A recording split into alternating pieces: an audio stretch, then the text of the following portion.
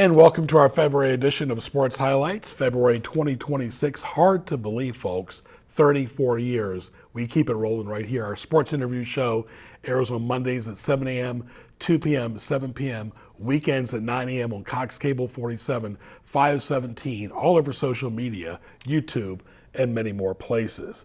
Our guests this month are Mike Leech and James Barry. Let's welcome our first guest, who's played for several NFL teams, couple colleges. Mike Leech, former NFL player. Good to see you. Good to see you, Greg. Thanks for having me on. My pleasure. How did it all get started for you in football? I played every sport except football when I was real little. Football, basketball, baseball, soccer, and then fifth grade started playing football and had to convince my mom that I'd be all right playing football. She didn't want to sign a permission form, and played a couple years, 5th and 6th grade, and then again started in high school and could run around, could catch the ball pretty well, and just loved playing. You played for a couple of different schools, Boston University and William & Mary. Mm-hmm. Yeah, went up to BU, got recruited there out of high school, and didn't realize it was on pretty shaky ground, the program up there at BU, and we went 3-8 my first year, and then 1-10 and 1-10, and some decisions the administration had made really hurt us, those last few years, and they pulled the plug on the program, and I started looking for some other places to go to, and William & Mary was the first place that I called, and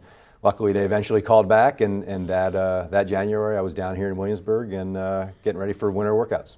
Boston's more of a pro sports town anyway. It is, yeah. It's a fun town to live in. I had a great time up there. Still have some great friends up that way. But I was really excited to get down here to Virginia and start a new chapter. And it's worked out great for me and the family. Yeah, you've definitely evolved here in Virginia as well. And we had your daughter one last year, and she's done very well. Yeah, she's thrived down here with soccer and of course basketball, and it's been a lot of fun watching her and how she's grown as a young lady and as an athlete. And my wife played basketball as well, so that's been fun for her to see her really grow and probably outpace my wife as a basketball player, which has been kind of bittersweet for her, but also great for her to see. It's been a lot of fun, and she's thriving down here, and just excited for the rest of this season with her, and then where the next chapter takes her.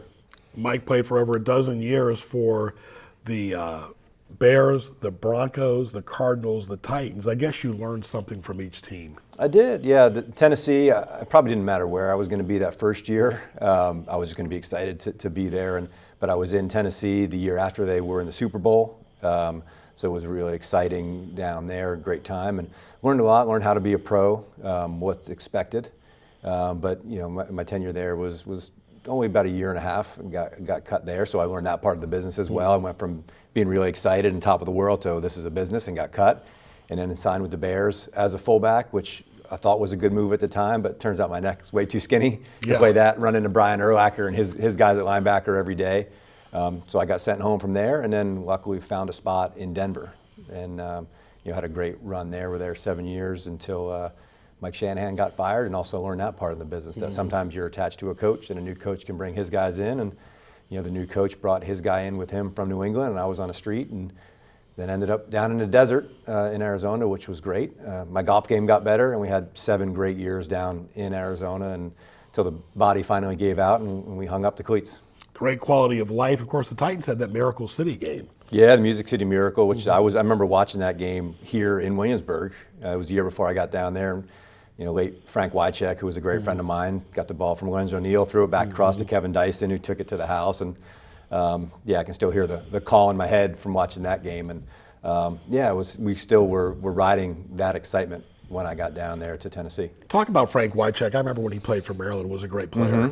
Yeah, just a fun guy to be around. We were similar position-wise. We were more pass-catching tight ends. He was that true H-back guy who sometimes would be in the backfield, sometimes would be handing a dirt tight end, sometimes he'd be flexed out wide.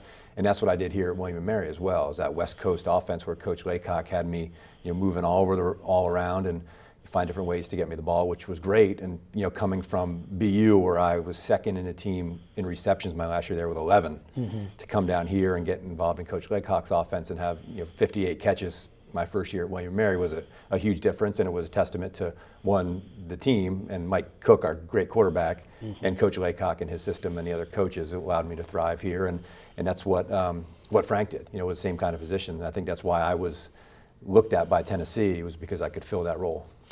You mentioned Coach Laycock, not like they're the Steelers, but similarity. The William Mary's only had a couple coaches since 1980. The Steelers have only had 3 coaches since '69. They're going to be looking for their 4th this year. What are your thoughts on all these NFL coaching changes? Like you mentioned, it's a business. It is. It's a business, and there's, I think, a guy like Mike Tomlin, who you talked about, Harbaugh from Baltimore. I think coaches like that, I think there's going to be teams trying to roll out the red carpet to them and see if they would want to come in and coach, because they're still obviously great coaches. I don't know, sometimes if you're in a place for a little too long, sometimes the message gets stale.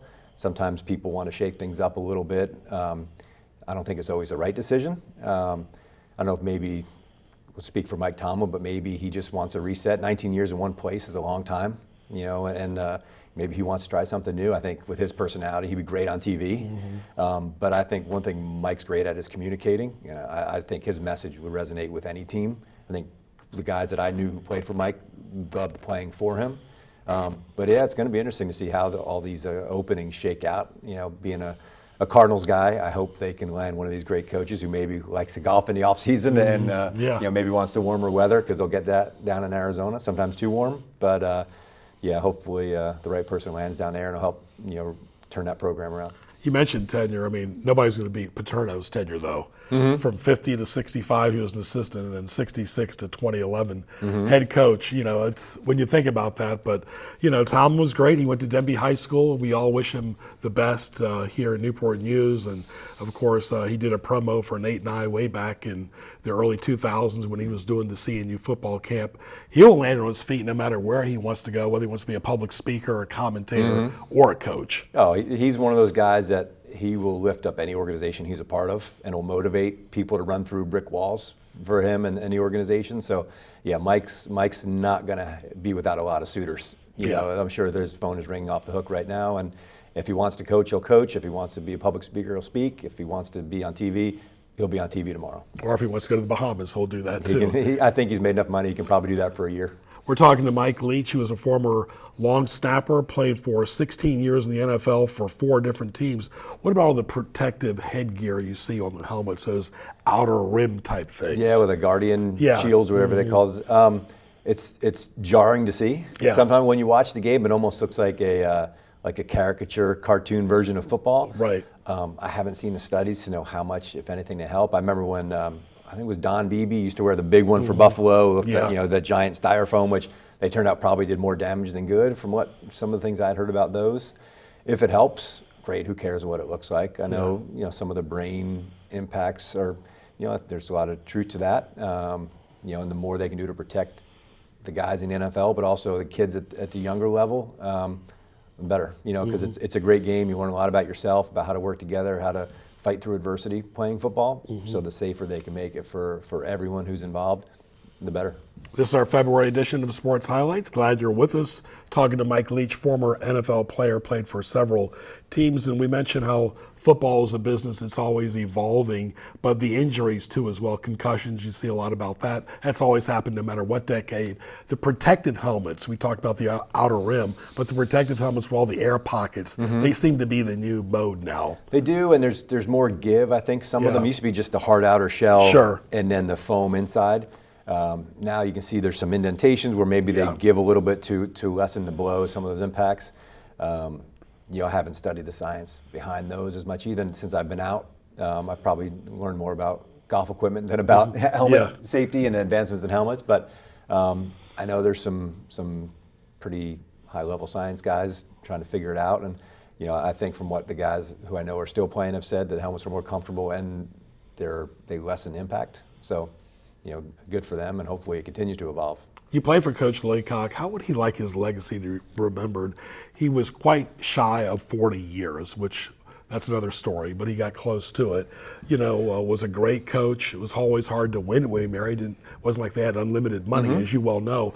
How is he today, and how is his legacy in your opinion? Well, today's great. I see him a lot. We're members at the same golf course up in Williamsburg, and he just loves to talk, tell stories from the past, and you ask him a little bit about the current events. He'll never talk negatively about somebody, but he'll talk about what he's seen in games, how things could be better. But he's just a fun guy. I think legacy-wise, I think for him it's about, because like you said, he wasn't or at least what I'm saying. He wasn't the most vocal coach. He wasn't a rah-rah guy. He wasn't like Mike Tomlin, even though Mike learned so much from Coach. He was more quiet. You got a job to do, get it done. But it was about doing things the right way. There's a right way and a wrong way, and you have to put the work in, and you have a job to do. You do it your way. Do it the right way and get it done. And if everybody works hard and gets their job done, the team's going to be better for it. And I think that was his legacy that he would have wanted to have seen. Yeah, and he wasn't afraid to play anybody. They did play Penn State on the road. No, he would go, and he wasn't scared, and you go out and you play, and you give it your best shot. And but I think, and for us, here at William & Mary to go on the road to play at Penn State or West Virginia or NC State, where we played my senior year, it's fun to get in that environment in a big stadium and just see what you can do against those guys that a lot of them are going to have a shot at the next level. Yeah, he was also an assistant at Clemson with Danny Ford as well. Yeah, yep, and he. I know he learned a lot there, and got the job here early as a young guy, and I know had some opportunities to leave, but realized he had a legacy here and wanted to build upon that, and we were all better for him staying. What's your involvement with the William & Mary golf team? Yeah, so assistant golf coach. I don't think anything in my resume, probably made me a valuable golf coach, other than I played a lot. My son was a golfer, so I was at all the junior golf tournaments anyway, but I think I had, besides being able to find balls and deliver water and food for the guys, just how to work. I think all the years playing football, how to work, how hard, what it takes, and then the mental side of it, where just you can't, football, you don't have time to worry about what you just did, because you're going again in 45 seconds. Where golf, you can have 5 or 10 minutes between your next shot, and you have to learn to just spit it out and move on to the next. And I think I could probably offer some guys some insight on how to best do that. We had a pro golf tournament here for decades, as you know, even when you were in college. But it seems like that financial boost just has not gotten over the hump. They had a women's golf tournament, too, for several years. Yeah, you need those big corporate sponsors now to come in. The purses have gotten so high that you need the Anheuser-Busches of the world to still be involved and writing that big check. And, it was great when we were living here. Even the LPGA would come to town, and we got to know some of the players there, and the community supported it really well. But you need the sponsorship money behind it, and fortunately, they just haven't had that here in Williamsburg. When you watch special teams now, because that was your specialty too, but of course you played defense too as well. But talk about all the different positions you played from college on. Yeah, so I was a wide receiver, safety, a punter, and kicker in high school, and then signed to go play wide receiver at BU. We were a run and shoot offense, and they switched to a more traditional offense, and I was the biggest receiver, so I found myself with a hand in the dirt as a tight end. But I still punted. I was a backup there, and then when I got to William & Mary, became that H-back role we talked about before, but they didn't have a punter. I said, well, I punted. So, all right, let's see what you can do. And hit a couple balls. They said, okay, you're now the starting punter. So I had some opportunities at the next level as a tight end, but also as a punter. So when I would work out for NFL teams, I punted in and did the tight end workouts, and realized the odds were better. There's 3 or 4 tight ends on each team and only 1 punter. So, but that's how I became a long snapper, believe it or not. I would go punt with the other punters my rookie year. Craig Hendrick, longtime punter for the Titans. And we had another rookie, and I would punt with them and just started snapping footballs to them my rookie year in the summer, and could do it, and kept working on that. And 16 years later, decided that was enough, and it was a good long run and a great business move for me. Final few minutes to Mike Leech. One thing you have to do is be super organized. You were super organized in college and the NFL. Playing for 16 years, you were definitely buttoned up. And what advice would you give to a college student that wants to play any sport? You gotta really prioritize your time. You have to be where you're supposed to be when you're supposed to be there. And there's not a lot of time for slacking off. You have to have a social life, but if you want to get to that next level, you got to get your schoolwork done. You got to get in the weight room. You got to do extra running. You got to do extra film study. All that. There's a million guys with more talent than you. So for me, there was almost everybody on paper was a better player. But I showed up on time. I was there. I did everything they asked me to do and more. And then you still got to get a break, and I got a break being in the right place in the right time. But if you're not willing to put the work in, eventually, it's going to catch up with you. Some guys are so talented that they'll just ride it out for a long time, but it eventually catches up with everybody. But if you're not willing to do the work when you're young, you're probably not going to have much of a shot. And, there is a perfect game in baseball, and of course you can get a hole in one, but sports is very humbling. Well, it's because there's somebody always on the other side trying to keep you from doing what you want to do, right? So, and they're working just as hard, and they want to win just as bad as you do. So what are you going to do to differentiate yourself from the guy next to you? Right. Mike Leech, all the best for you and your great NFL career, long career also at Boston University, Wade Mary. Thanks for your time, talent, and treasure both. No, thank you. Great to be here. My pleasure right there. Talking to Mike Leech, former NFL player, still a big part of the Hampton Roads community as well. Wait to Wade Mary, still giving back to the community today. Stay tuned for our second guest, James Berry. He'll be talking esports from Woodside High School. Stay tuned for our February show right here.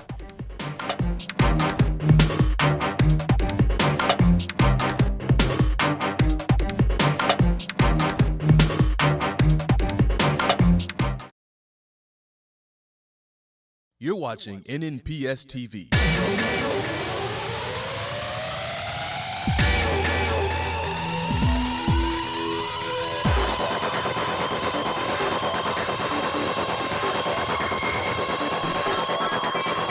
Catch sports highlights on Mondays at 7, 2, and 7, and on Saturdays and Sundays at 9 a.m. Visit us online at nnpstv.com to view all your favorite episodes. NNPS-TV, watching education happen. I've been rising up and inventing in my classes. I've been rising up to be the best student athlete I can be. I'm rising up as a leader in my school. I'm rising up to prepare for my future career.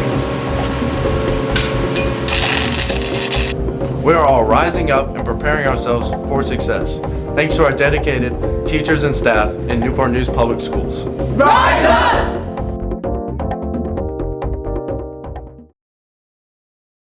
And welcome back to the Virginia High School 1600 meter state championship. As we get back to the action, we see Miles Monpoint is gaining on Antonio Boyd for the first place finish. Oh! Miles Monpoint just tripped Antonio Boyd. But Trayvon is helping him up right now. Trayvon is helping him up as Trayvon just sacrificed his third place finish to help out Antonio Boyd. Yeah, that right there is kindness and excellent sportsmanship right there by Trayvon.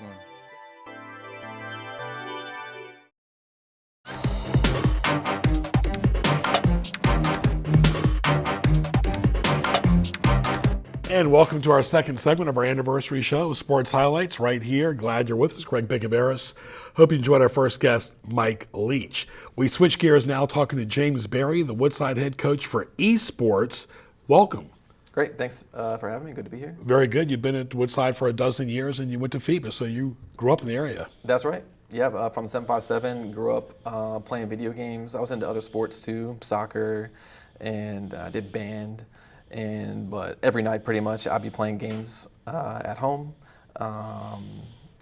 Yeah, mostly fighting games. That's what I was into, and so that's like my focus now is fighting games. But yeah, went through Phoebus in the area, went to Virginia Tech, and found my way back to Woodside, teaching math there. Very good. Yeah.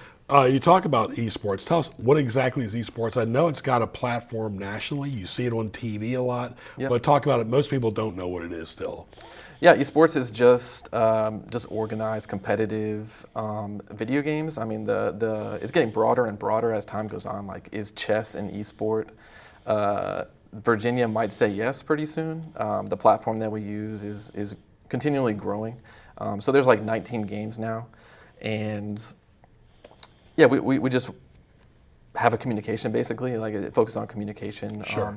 And competitiveness. It could be single or team-based. And I run different games for the students. So you teach a class, a school at your Woodside High School, but this is the sport that you coach. So talk about what you do full-time and talk about the sport as well.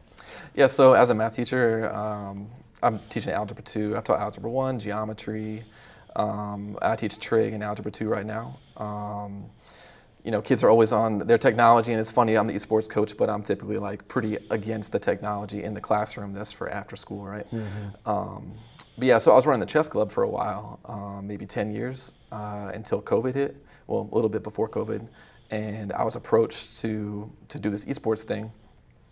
So I was doing chess, and a lot of the kids that were playing chess were also interested in playing video games. And so we would have, it was only fighting games at first, and it was but not sponsored by the school. And I'll just stay after school sometimes, and we would just play fighting games until they were like, "Oh, we'll pay you if you want to be the basically varsity esports coach."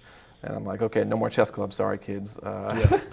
Well, let's talk about the equipment you have on the table. Yeah. Let's start off with this and work our way down. Sure.